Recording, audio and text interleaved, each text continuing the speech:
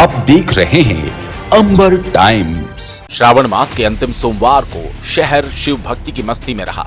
सुबह सावरिया ग्रुप और एक निजी हॉस्पिटल के संयुक्त तत्वाधान में पदयात्रा का आयोजन हुआ। रतलाम से केदारेश्वर तक की पदयात्रा कालिका माता मंदिर परिसर से निकली। शिव भक्तों की इस पदयात्रा को पूर्व मंत्री हिम्मत कोठारी, विधायक दिलीप मकवाना, महेंद्र कटारिया सहित अन्य अतिथियों ने यात्रा रवाना की। शिव भक्तों की इस पदयात्रा में भोलेनाथ का रूप धारण कर बारात लेकर भूत भावन चल रहे थे। यात्रा में धर्म ध्वज और लहराते तिरंगे लेकर भक्त यात्रा का नेतृत्व कर रहे थे। बैंड की मधुर धुन पर बोल बम का उद्घोष करते हुए यात्रा में शरीक भोले बाबा के भक्त नाचते हुए चल रहे थे।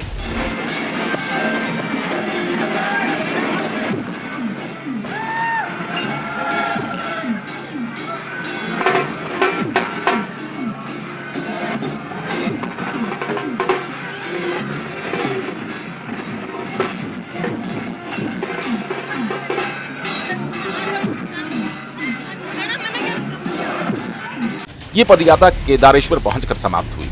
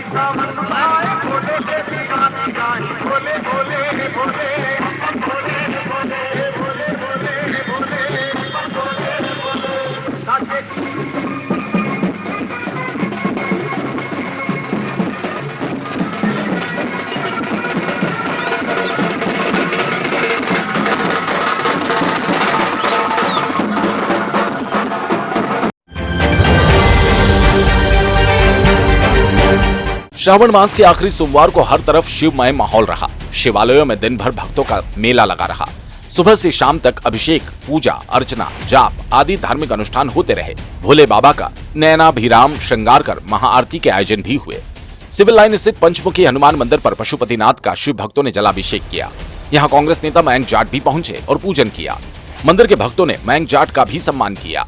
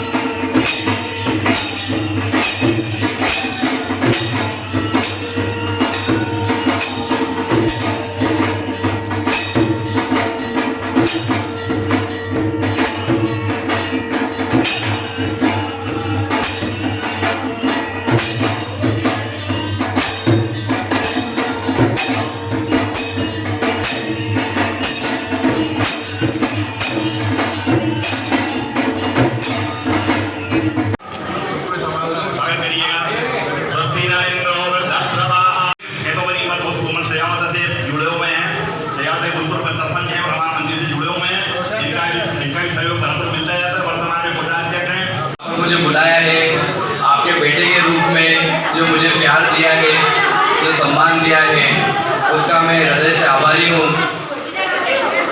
शिव जैसा तप हर इंसान में होना चाहिए। शिव जी जैसा जो तप करते हैं, जो उनके अंदर एक संयम का तप था, वो आज के समय में अगर हम उनका थोड़ा सा भी सोच के काम करते हैं तो शिव जैसा तप आज की तारीख में कोई नहीं करता। हमारे आराध्य हैं, मेरे पिताजी महादेव के बहुत बड़े भक्त हैं, बहुत बड़े भक्त हैं। तो उनकी जो संयमता है, जो उनसे आज हम सीख रहे हैं, और जो आज हमारे अंदर उनकी सीख, उनके संस्कार हमारे अंदर आ रहे हैं। मैं चाहता हूँ कि आप जितने भी सब वरिष्ठ जन हैं, ऐसे संस्कार, क्योंकि आप सभी बुद्धिजीवी अनुभवी लोग हैं और आप सभी के कहने पर हर एक इंसान प्रभावित होता है। मैं ये मानता हूँ कि हर एक संत 100 इंसानों को प्रभावित करता है। तो आपके अंदर कोई संस्कार है, आपके द्वारा जो ये रीति अपनाई गई है, ये रीति हमेशा आने वाला भविष्य भी अपनाए। पुलिस लाइन स्थित मनकामनेश्वर मंदिर पर भी पूजन अनुष्ठान हुआ। शहर सराय स्थित चंद्रेश्वर महादेव मंदिर पर भी अनुष्ठान हुए। जिला अस्पताल परिसर स्थित अमरेश्वर महादेव मंदिर में भी भक्तों की भीड़ रही। स्टेशन रोड थाने परिसर में अंदर प्राचीन शिवालय में भक्तों की भीड़ रही। सुबह से रात तक यहां अनुष्ठान हुए।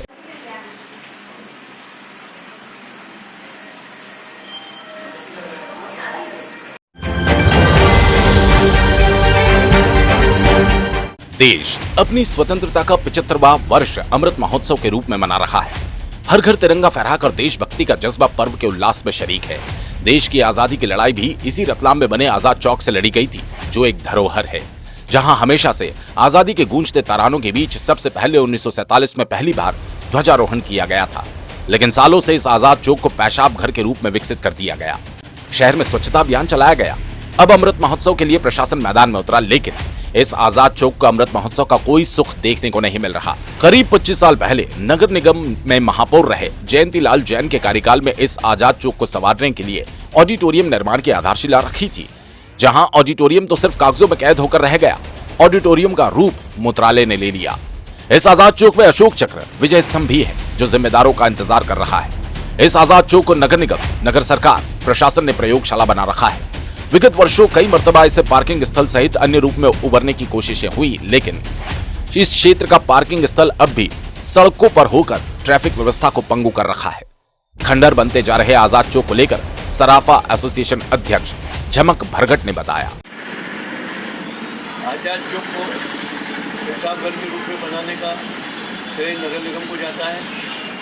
यह देश की आज़ादी का प्रतीक है और यहाँ से हमारे स्वतंत्रता संग्राम सेनानियों ने लड़ाई लड़ी है और यहाँ पर झंडा वंदन 1947 में सबसे पहले प्रथम यही हुआ था और यहाँ पर आज़ाद चौक नाम इसलिए पड़ा है इसका कि देश की जब देश हमारा आज़ाद हुआ तब से इसका नाम आज़ाद चौक पड़ा।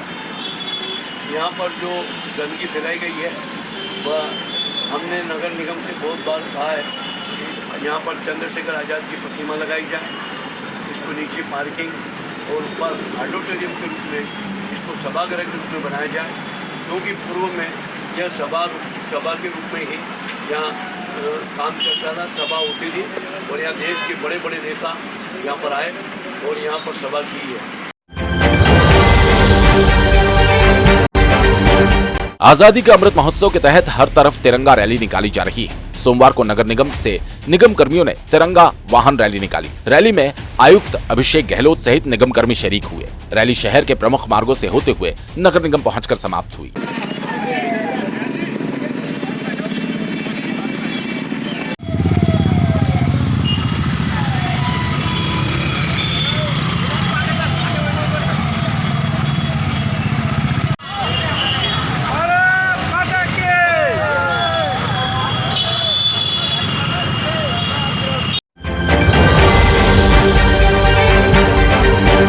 जिले में गोवंश में लंपी वायरस जैसी बीमारी फैलने की शुरुआत होने के बाद अब ग्रामीण इस बीमारी से गायों को बचाने के लिए हवन कर भगवान से गायों को इस बीमारी से छुटकारा दिलाने के लिए प्रार्थना करने लगे। हालांकि पशु चिकित्सा विभाग के अमले द्वारा गांव-गांव जाकर गायों का उपचार किया जा रहा है। जिले के नामली, सेमलिया, बरबोदनिया, पिपलोदा क्षेत्र में गायों में लंपी वायरस के लक्षण देखे गए। जिले के सेमलिया गाँव में 1 दर्जन से अधिक गायों के शरीर पर छोटी छोटी गिठाने होकर घाव बन गए।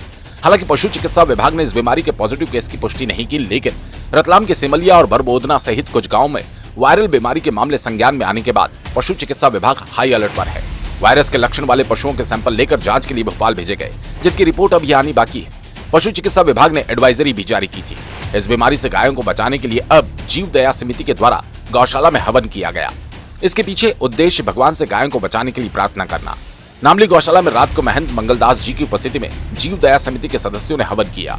हवन के दौरान समिति के सदस्य उपस्थित थे। जीव दया समिति सदस्य ने बताया कि लिम्फी बीमारी को लेकर हमारी गौशाला में भी लगभग 1 दर्जन गायें संक्रमित हुई है। इसलिए आज सुबह 9 बजे रतलाम की चिकित्सक टीम ने टीके लगाए थे। इसके बाद सभी सदस्यों के आह्वान पर हमारे गुरुजी श्री मंगलदास जी महाराज द्वारा हवन भी कराया गया है। हम सभी जीवदया परिवार के सदस्य यही आशा करते हैं कि गायें गौ माता जल्द से जल्द स्वस्थ हों और ये बीमारी गाँव में और आसपास के क्षेत्र में ना फैले।